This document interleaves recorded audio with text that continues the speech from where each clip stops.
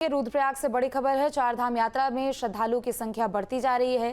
केदारनाथ धाम में पहुंचे रिकॉर्ड यात्री। केदारनाथ धाम में लगातार श्रद्धालुओं की संख्या बढ़ रही है। रोजाना 20,000 से ज्यादा श्रद्धालु यहां पहुंच रहे हैं और अब तक 2,91,000 से ज्यादा श्रद्धालुओं ने बाबा केदार के दर्शन पूजन किए हैं। तो बद्रीनाथ धाम की बात करें तो 1,60,000 से ज्यादा श्रद्धालु यहां पर पहुंचे।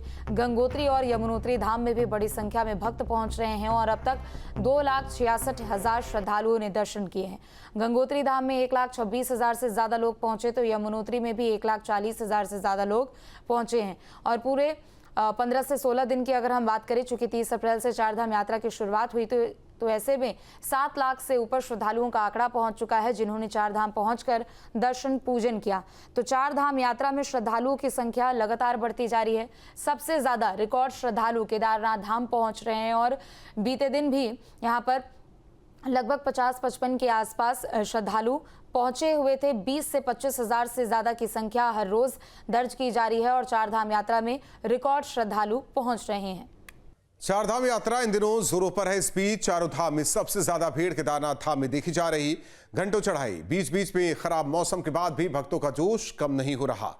लाखों भक्त अब तक बाबा केदार के दर्शन कर चुके हैं। अगर आप भी केदारनाथ धाम जाने का प्लान बना रहे हो और यात्रा मार्ग को लेकर कंफ्यूज हो रहे हो तो परेशान होने की जरूरत नहीं है। हम आपको बताएंगे आखिर कैसे केदारनाथ धाम पहुंचे और कैसे करें अपने आराध्य के दर्शन।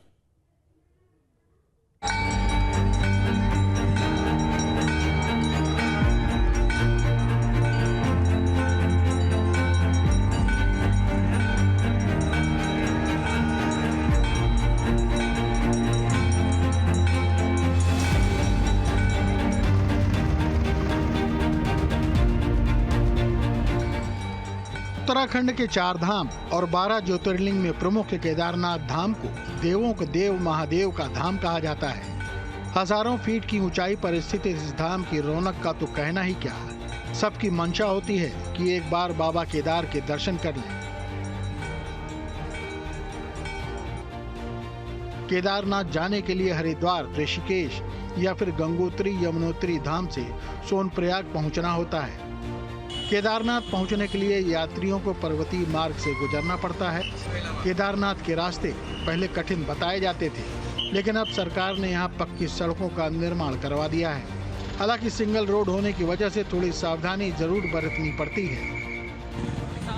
केदारनाथ धाम पहुंचने के लिए सबसे पहले सोनप्रयाग रुका जाता है और यहां से करीब 5 किलोमीटर तक गौरीकुंड के लिए लोकल जीप में बैठकर सफर करते हैं।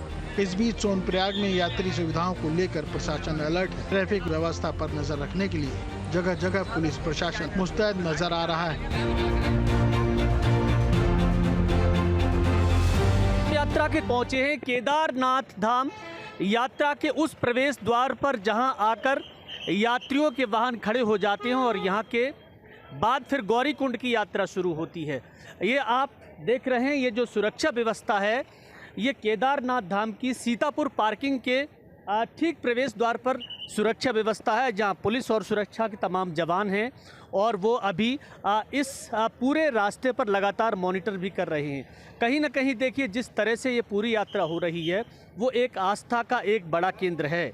भगवान भोलेनाथ के दर्शन करने लाखों की संख्या में श्रद्धालु पहुँचते हैं और ये सारे श्रद्धालु भोलेनाथ के दर्शन करने के लिए आती है। कहीं ना कहीं देखिए ये जो पूरा मार्ग है ये वाहनों से भरा रहता है। जहां प्रदेश के कई जिलों में बारिश की चेतावनी जारी की गई है। तेज बारिश के साथ आंधी का येलो अलर्ट भी जारी किया गया है। साथ ही चारधाम के यात्रियों से अपील की गई है, मौसम का अपडेट लेकर यात्रा करने की अपील की गई है। बता दें कि 20 मई तक तेज बारिश का अलर्ट है। तो प्रदेश के कई जिलों में बारिश की चेतावनी जारी की गई है। उत्तराखंड के कई जिले जहाँ पर बारिश को लेकर अलर्ट जारी किया गया है। 20 मई तक तेज बारिश का अलर्ट जारी किया गया है। इसी के साथ ही जो लोग चारधाम यात्रा में दर्शन पूजन करने के लिए पहुंच रहे हैं उनसे भी अपील की गई है कि मौसम का अपडेट लेकर ही यात्रा पर आए।